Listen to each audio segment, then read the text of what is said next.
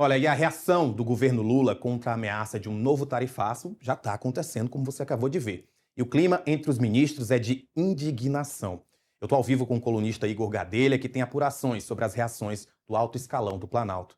Igor, muito boa tarde. Acabamos de trazer não apenas a reação do presidente Lula em catalão durante uma agenda do governo, como uma nota do próprio governo federal, em que é bem contundente, bem direta, inclusive acusando diretamente a família Bolsonaro. Isso já faz parte dessa indignação que você trouxe na sua coluna, que está sendo vista não apenas com Lula, mas com os ministros?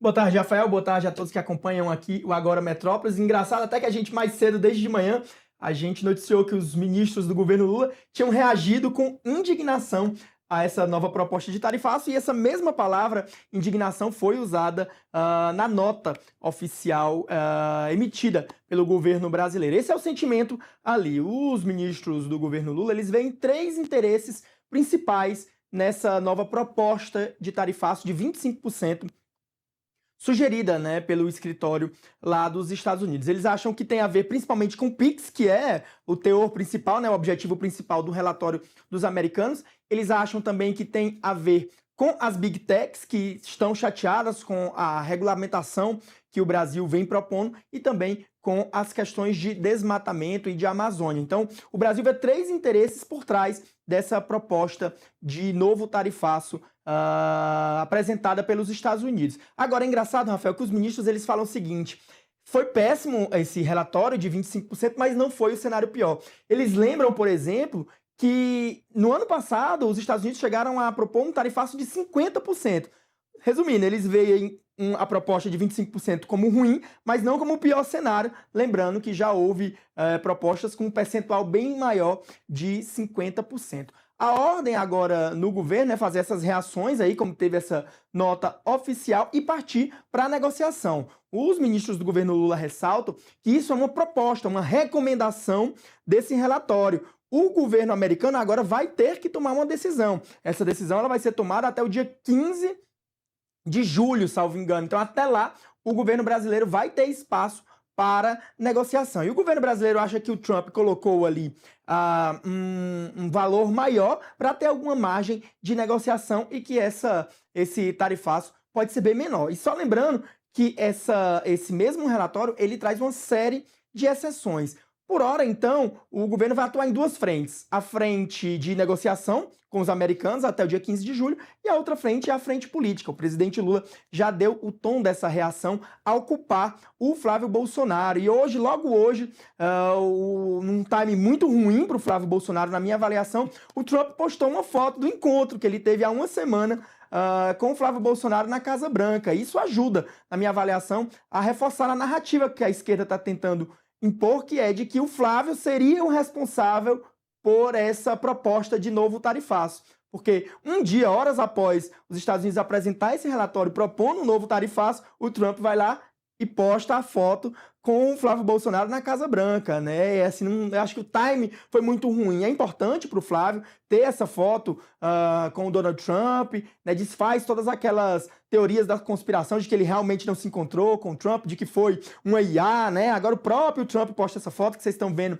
aí na tela do lado, mas o timing foi ruim. O Trump poderia ter postado antes, né? Para não ajudar nessa narrativa da esquerda de tentar colar no Flávio Bolsonaro esse tarifaço. E lembrando que já foi muito ruim, Rafael, pro Flávio Bolsonaro. Naquele tarifaço do ano passado, que o Eduardo Bolsonaro falou, né? Olha, se for preciso, a gente vai. Ficou muito ruim. As pesquisas mostraram que aquilo ali caiu no colo. Eles tentaram consertar, mas não ficou bom. Então, agora, de novo, é importante ali para a campanha do Flávio Bolsonaro administrar isso para que não caia no colo deles.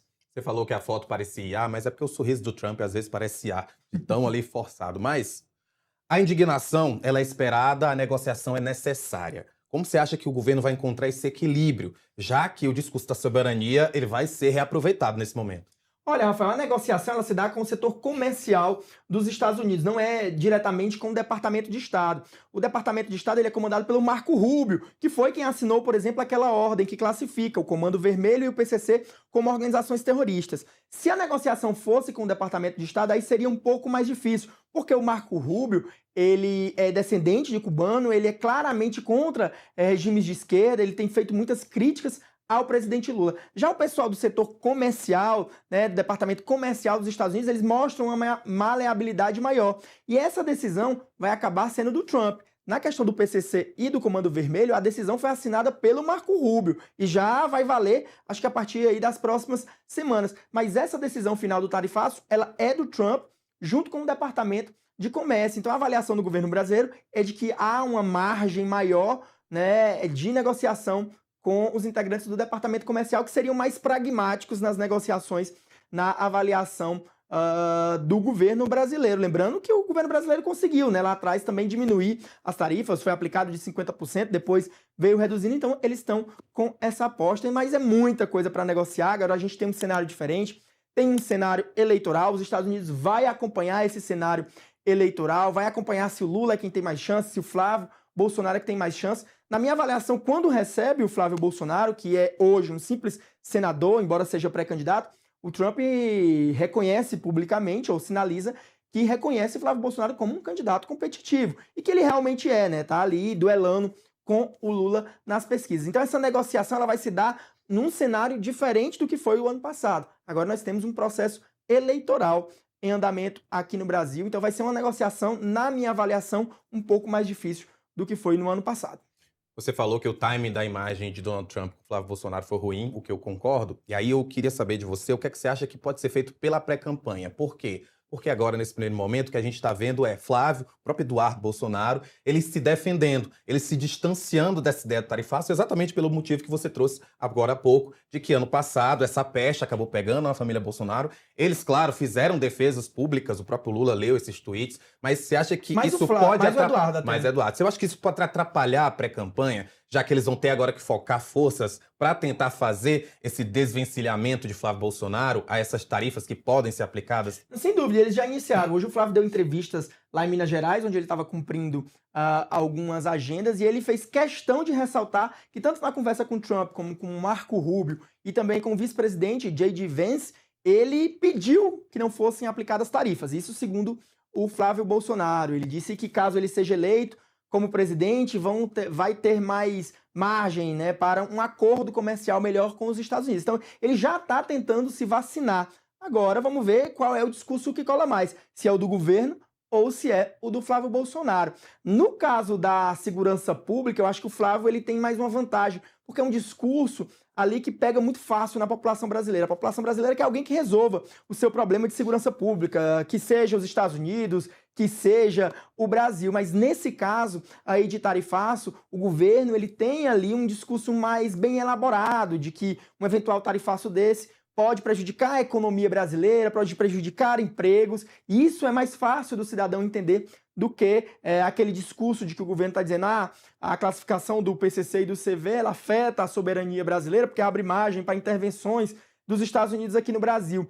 Isso tem um apelo menor junto à população, porque a população vive o problema da segurança diário ali e ela quer que resolva, que seja a polícia americana, que seja a polícia brasileira. Claro que ninguém está defendendo aqui intervenção, estou dizendo do sentimento da população. Então eu acho que nesse caso aí vai ser difícil. O Flávio já está se vacinando com esses discursos, dizendo aí de que ele não pediu, até porque eles avaliaram como erro naquela época, né? De que o próprio Bolsonaro, naquela época, eles chegaram a defender que o Bolsonaro desse uma declaração pública, dizendo que foi contra o tarifaço, mas acabou que não teve essa declaração. E aí caiu na conta deles. E o pior é que a gente está nas mãos de alguém que é imprevisível, que no caso é o presidente Donald Trump, então é de se esperar os famosos próximos capítulos. É fato que de tédio a gente não vai morrer. Essa profissão que falar sobre política não deixa a gente parado. Não, todo dia tá tendo um novo lance, né? Agora é o tarifaço aí, que lembrando ainda é uma proposta, né, que vai ser avaliada, mas o governo, claro, tá reagindo politicamente já em outra linha ali. Engraçado, Rafael, só um bastidor aqui trazendo para quem tá assistindo agora Metrópolis. Tanto essa nota sobre o tarifaço quanto a nota do Comando Vermelho, ela traz claramente ali menções à família Bolsonaro. Segundo eu apurei lá com o Palácio do Planalto, essa citação nominal à família Bolsonaro, ela foi defendida sobretudo pelo ministro da Secretaria de Comunicação Social, Sidônio Palmeira. Foi, nas reuniões internas ali, um dos ministros que mais defendeu a citação, uma nota dura contra a família Bolsonaro, citando a família Bolsonaro. O pessoal do Itamaraty já foi contra, tentou ali argumentar que era melhor não citar, até porque o Itamaraty sempre gosta de ir numa linha mais diplomática, mas acabou prevalecendo a linha do Sidônio, claro, com o aval do presidente Lula, de mencionar a família Bolsonaro como uma das responsáveis por essas duas medidas. A classificação do PCC e do CV, e também agora essa proposta de novo tarifaço. Talvez, se a gente pensar bem, a melhor forma de fazer campanha para campanha eleitoral antes de poder fazer campanha eleitoral. Porque eles estão citando a família Bolsonaro, não estão fazendo nenhuma menção a um projeto de governo, nem nada que o governo tenha feito. Não, e aproveitam para trazer essa...